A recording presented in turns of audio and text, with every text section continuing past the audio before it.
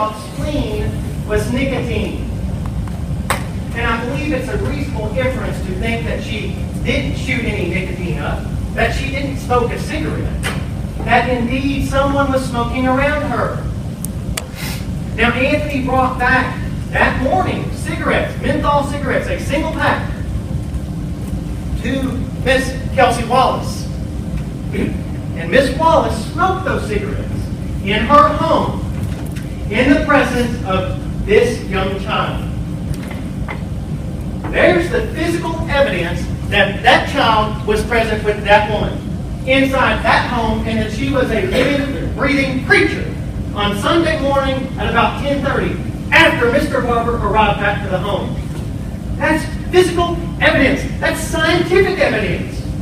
Now, I will tell you in a little bit the parameters of that physical evidence. But I'll save that for what I will tell you would be my case against Miss Wallace.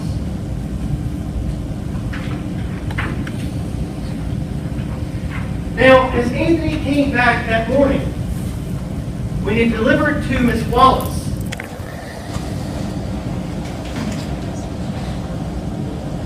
when he delivered the menthol single pack of cigarettes to Miss Wallace, he also brought home 2 suckers.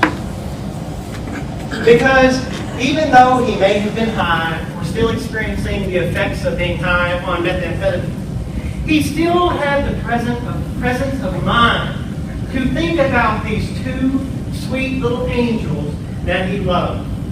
That Kelsey said he never disciplined. He didn't do anything. He didn't reprimand them. He never hit them because he loved them. And in this picture, you see that he has the state of mind thinking about those 2 little kids. Right here, he's looking into the sucker bowl.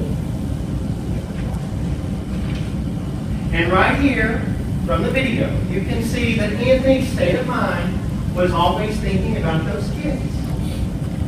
And you can see that as he pulled out something from the sucker bowl, he pulled out not 1, but 2 Smarties suckers for 2 living angels at 279 East Temple Hill Road, the morning of Sunday, May 17th, at 10:30 in the morning. That child was alive. Now, what else does this series of pictures tell us? Well, one of the first things you see in these pictures is a woman wearing some short shorts and a tank top. It's reasonable to believe that it was warm that day, really warm. And we all know that if you put something in an attic on a really, really warm day, it's going to get hot. Now, I'll go ahead and make this point before I forget it.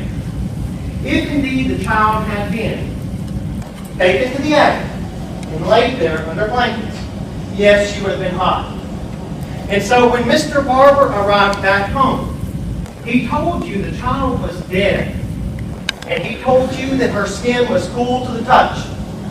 Does that mean that it's impossible for the baby to have still been upstairs?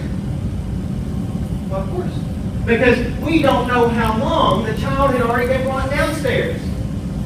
So by the time that Mr. Barber got to the child inside the home, as Miss Wallace is holding the child, we don't know how long she had the child downstairs. We don't know how long that the child had cooled. We don't know how long the child had been in the attic. But we're not required to prove that to you.